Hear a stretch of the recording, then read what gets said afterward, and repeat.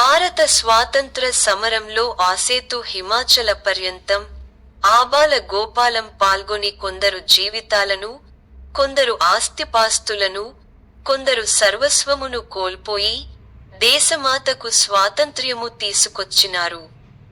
అటువంటి మహనీయులలో మన దక్షిణాదిన స్వాతంత్ర్య కీర్తనలతో ప్రజల్ని ఉత్తేజపరచిన మహనీయులు తమిళనాడులో సుబ్రహ్మణ్య భారతి గారు, ఆంధ్రాలో దామరాజు పుండరీకాక్షుడు గారు ప్రముఖులు. నేటి తరానికి కనుమరుగైపోయినారు. ఈనాటి భారత రిపబ్లిక్ డే సందర్భంగా మన తెలుగు నాటక కవి చక్రవర్తి పుండరీకాక్షుడు గారి గురించి సంస్మరించుకొనుట తెలుగునాట ప్రతి ఒక్కరి ధర్మమై ఉన్నది. మాస్టర్ సి.వి.వి. రాజయోగ మార్గంలో నిష్ణాతులైన మాస్టర్ సి.వి.వి. గారి గుప్త యోగి పుంగవులలో శ్రీ దామరాజు పుండరీకాక్షుడు అడ్వకేట్ గారు ఒకరు.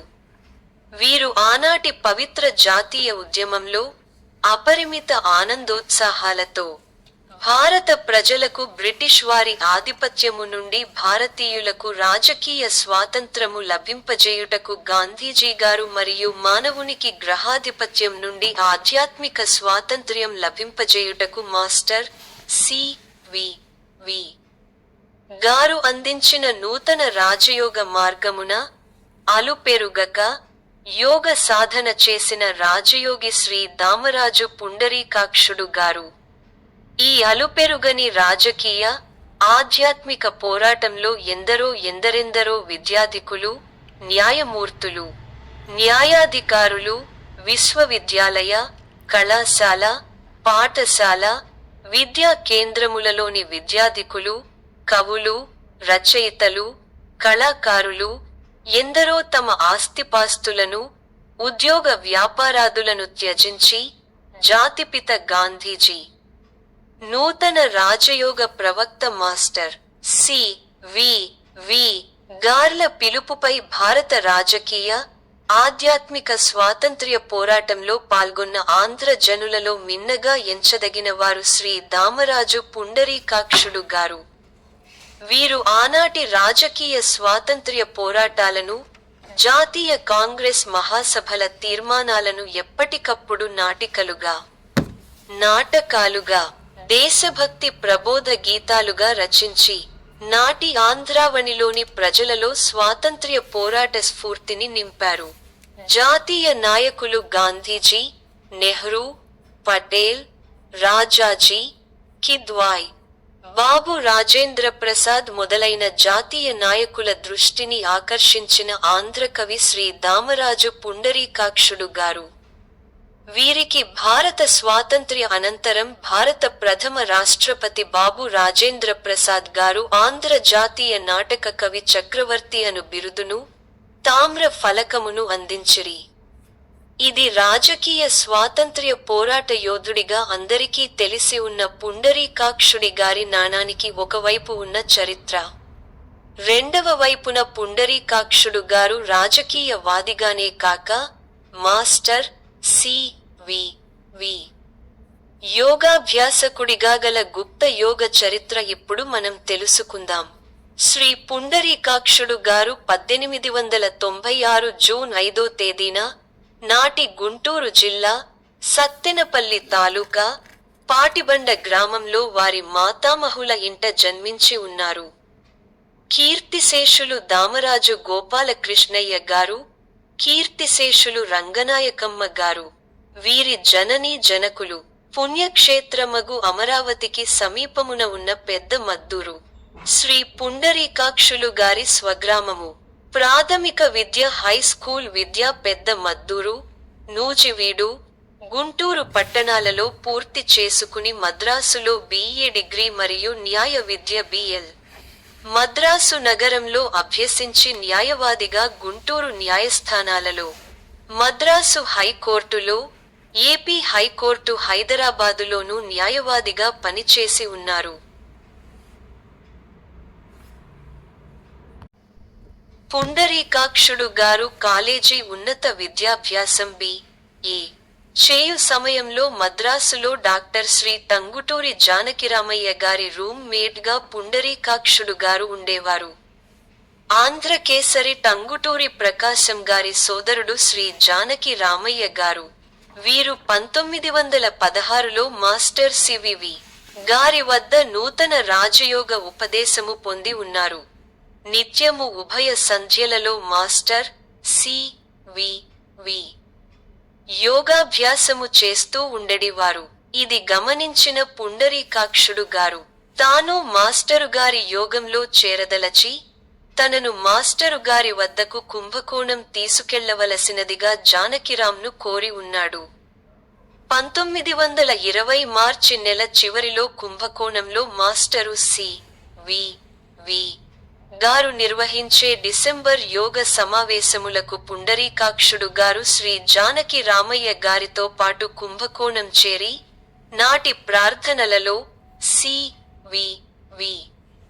గారి సమక్షంలో జానకిరాంతో పాటు పాల్గొన్నారు. నాటి రోజు సాయంత్రం పుండరీకాక్షుడు గారికి సి.వి.వి. గారు ఉపదేశం ఇచ్చెదరని జానకిరాం తెలియపరచి ఉన్నారు. కాని అదే రోజు రాత్రి మద్రాసు నుండి పుండరీకాక్షుడికి అందిన అత్యవసర వార్త వలన ఆ రాత్రే పుండరీకాక్షుడు గారు తిరిగి మద్రాసు చేరుకున్నారు. మద్రాసు చేరుకున్న పుండరీకాక్షుడు గారు నాటి నుండి శ్రద్ధగా మాస్టర్ యోగాభ్యాసం చేస్తూ, జానకిరాం ద్వారా యోగ విషయాలు తెలుసుకుంటూ ఉండేవారు. చదువు పూర్తి చేసుకుని గుంటూరుకు వెళ్తూ, మాస్టర్ సి.వి.వి. గారి ఫోటోను మద్రాసులోనున్న ఎస్. నారాయణ అయ్యార్ గారి నుండి జానకిరాం గారి ద్వారా తెప్పించుకొని, మాస్టర్ యోగాభ్యాసమును స్వగ్రామంలోని తన ఇంటిలో ఒక గదిలో ఏకాంతంగా మాస్టర్ గారి ఫోటో ముందు కూర్చొని ధ్యానం కొనసాగిస్తుండేవారు. పుండరీకాక్షుడు గారు పుండరీకాక్షుడు గారు మద్రాసులో ఉన్నత విద్యాభ్యాసం చేస్తుండగా ఫైనల్ పరీక్షల ముందు రోజుల్లో టైఫాయిడ్ జ్వరం రావడంతో చదువు సన్నగిల్లింది. ఫైనల్ ఎగ్జామ్ వచ్చినా పుస్తకం తెరచి చదివే ఓపికలేని స్థితి ఏర్పడినది. అందువలన తాను పరీక్షలు రాయనిచో చదివిన 2 సంవత్సరాల చదువు వృధా అవుతుందని, మామిడి తోట అమ్మి తెచ్చుకున్న డబ్బు కూడా వృధాగా ఖర్చయిపోయి నిరాశ్రయ స్థితిలో ఉంటుందని తనలో తాను దుఃఖిస్తూ కుమిలిపోతూ ఉండేవాడు. ఈ స్థితిని ఒక రోజు రూమ్ మేట్ జానకిరాం గమనించి, పుండరీ, నీవు బాధపడకు, రేపు జరిగే పరీక్షకి వెళ్ళు. నీకు కావలసిన ధైర్యం, బలం అందించి, నీ చేత చక్కగా పరీక్ష రాయించగలరు. మన గురుదేవులు మాస్టర్ సి.వి.వి. గారు. ఈరోజు రాత్రికి నువ్వు నిద్రించు సమయమున మాస్టర్ సి.వి.వి. గారికి నమస్కరించి నీ స్థితి వారికి వెల్లడించుకో. ఆపై జరగవలసింది సి.వి.వి. గారు చూసుకుంటారు అని చెప్పుతూ పుండరీకాక్షుని వెన్ను తట్టి గురుదేవులకు నమస్కరింపజేసినాడు. ఆ రాత్రి జానకిరాం చెప్పిన ప్రకారం సి.వి.వి. గారికి నమస్కరించి నిద్రపోయాడు పుండరీకాక్షుడు. ఆనాటి నిద్రలో పుండరీకాక్షుడికి కల వచ్చింది. కలలో మాస్టారు సి.వి.వి. గారు దర్శనం ఇచ్చి, నీకేం భయం లేదు, నేనున్నాను, రేపు నీవు పరీక్షకు హాజరయ్యి పరీక్ష రాయి అంటూ రేపు జరిగే పరీక్ష పత్రమును చూపి ప్రశ్నలన్నింటికీ సమాధానములు చక్కగా పుండరీకాక్షుని చేత చెప్పించారు. మరునాటి ఉదయం పుండరీకాక్షుడు ఉత్సాహంగా నిద్రలేచినారు. యథావిధిగా కాలకృత్యాలు తీర్చుకొని పరీక్ష సమయానికి కాలేజీకి వెళ్ళాడు. పార్ట్ 4 పరీక్ష హాల్లో తనకిచ్చిన ప్రశ్న పత్రము చూసి ఆశ్చర్యపోయినారు. గత రాత్రి స్వప్నమందు తనకు సి.వి.వి. గారు చూపిన ప్రశ్నాపత్రము మక్కీగా ఉన్నందున పుండరీకాక్షుడు సంభ్రమాశ్చర్యాలతో ఉప్పొంగిపోయి ప్రశ్న పత్రంలోని ప్రశ్నలన్నింటికీ నిర్ణీత సమయానికి ముందే సమాధానములు రాసినారు. ఇలా అన్ని పరీక్షలలోనూ మాస్టర్ గారు జరిపించినందువలన బి.ఏ. పరీక్ష ఉన్నత శ్రేణిలో ఉత్తీర్ణుడై, అక్కడే లా పూర్తి చేసి, గుంటూరు జిల్లా కోర్టులో న్యాయవాదిగా ప్రాక్టీస్ ప్రారంభించారు. అందువలన మాస్టర్ సి.వి.వి. గారి యందు, వారి యోగమునందు దృఢమైన భక్తి, విశ్వాసం, నమ్మకం కలిగి, గురుదేవుల ఆదేశములను యథావిధిగా తూచా తప్పక పాటిస్తూ, మాస్టర్ యోగ లక్ష్య ఫల సిద్ధికై ప్రార్థనలు చేస్తూ ఉండేవారు. యోగాభ్యాసము యథావిధిగా శ్రద్ధ ఆసక్తులతో కొనసాగిస్తూ న్యాయవాదిగా గుంటూరులో పేరు ప్రఖ్యాతులు సంపాదించుకుంటుండగా, ఆ సమయంలో దేశంలో స్వాతంత్ర్య ఉద్యమంలో పాల్గొన్నందున బ్రిటిష్ గవర్నమెంట్ చేత అరెస్టు చేయబడి నాగపూర్ జైలుకి ఖైదీగా పంపబడినారు పుండరీకాక్షుడు. ఖైదీలుగా అదే జైలులో ఉన్న ఇతర జాతీయ నాయకులు కొండా వెంకటప్పయ్య పంతులు, ఉన్నవ లక్ష్మీనారాయణ, మహాత్మా గాంధీ మొదలైన స్వాతంత్ర్య సమరయోధులతో పరిచయాలేర్పడినాయి. జైలు నుండి విడుదలైన తర్వాత గాంధీగారి స్వాతంత్రోద్యమ ఘట్టాలు నాటకాలుగా, నాటికలుగాను, దేశభక్తి ప్రబోధ గీతాలుగాను రాసుకుంటూ నాటక సమాజం ఏర్పాటు చేసుకుని తాను రాసిన గాంధీ విజయం, పాంచాల పరాభవం అను పంజాబ్ దురంతాలు, క్విట్ ఇండియా మొదలగు నాటకాలు ప్రదర్శిస్తూ ఉండేవారు. దేశభక్తి గేయాలు, శ్రీ గాంధీ నామం మరువం మరువం, సిద్ధము జైలుకు వెరువం వెరువం అంటూ ఆనాటి అవిభక్త మద్రాసు రాష్ట్రమంతటా పుండరీకాక్షుడు గారి గేయాలు మారుమోగాయి. కాకినాడలో పంజాబ్ దురంతాలు నాటక ప్రదర్శన జరుగుతుండగా బ్రిటిష్ మిలిటరీ వారు నాటకం ప్రదర్శించు హాలును చుట్టుముట్టి, నాటకంలోని నటీనటులను, ప్రేక్షకులను అరెస్టు చేయడమే కాక, బ్రిటిష్ పార్లమెంటులో ప్రత్యేక సమావేశం జరిపి, ఇండియన్ డ్రామా పర్ఫార్మెన్స్ యాక్ట్ను తయారు చేసి, పుండరీకాక్షుడి గారి నాటకాలన్నింటిపైన ప్రదర్శన, ప్రచురణ నిషేధించిరి. పుండరీకాక్షుడు గారు నాగపూర్ జైలులో ఉన్న సమయమున ప్రభుత్వం వారు జాతీయ నాయకులందరినీ శారీరకముగా మానసికముగా తీవ్రముగా హింసించి ఉన్నందువలన పుండరీకాక్షుడి గారి ఆరోగ్యము దెబ్బతిన్నది.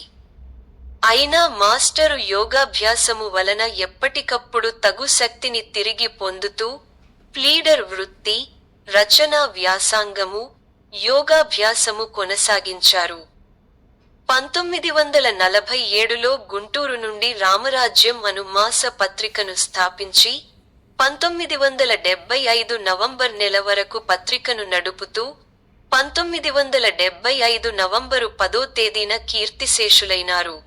శ్రీ దామరాజు పుండరీకాక్షుడు గారు. పుండరీకాక్షుడు గారి జీవితంలో జరిగినటువంటి ఒక అరుదైనటువంటి సంఘటన గురించి ఇప్పుడు తెలుసుకుందాం. ఈ సంఘటన పుండరీకాక్షుడు గారు కీర్తిశేషులు అవ్వడానికి 10 సంవత్సరాలకు ముందు అనగా 1961లో జరిగినది. అది ఏమిటంటే, పుండరీకాక్షుడు గారు తన మరణానంతరం తనను గురించి రేడియోలు పత్రికలు ఎలా ప్రసారాలు చేస్తాయో, సంతాప, సానుభూతి వాక్యములు ఎలా పలుకుతాయో 1961 అక్టోబర్ 2వ తేదీ నాటి రాత్రి విజయవాడ రేడియో కేంద్రం వారు నిర్వహించిన ఆనాటి ప్రముఖుల సంతాప వాక్యములను స్వయంగా పుండరీకాక్షుడు గారు విన్నారు. తాను బతికుండగానే తనకు అభిమానులు అందించిన సంతాపములు విని, నిశ్చష్టులై తాను మరణించిన తరువాత జరిగు శ్రేయోభిలాషులు సంతాప సభలో మాట్లాడే సానుభూతి వాక్యములు జీవించి ఉన్నప్పుడే విని ఒక విధముగా ఆనందభరితులైనారు.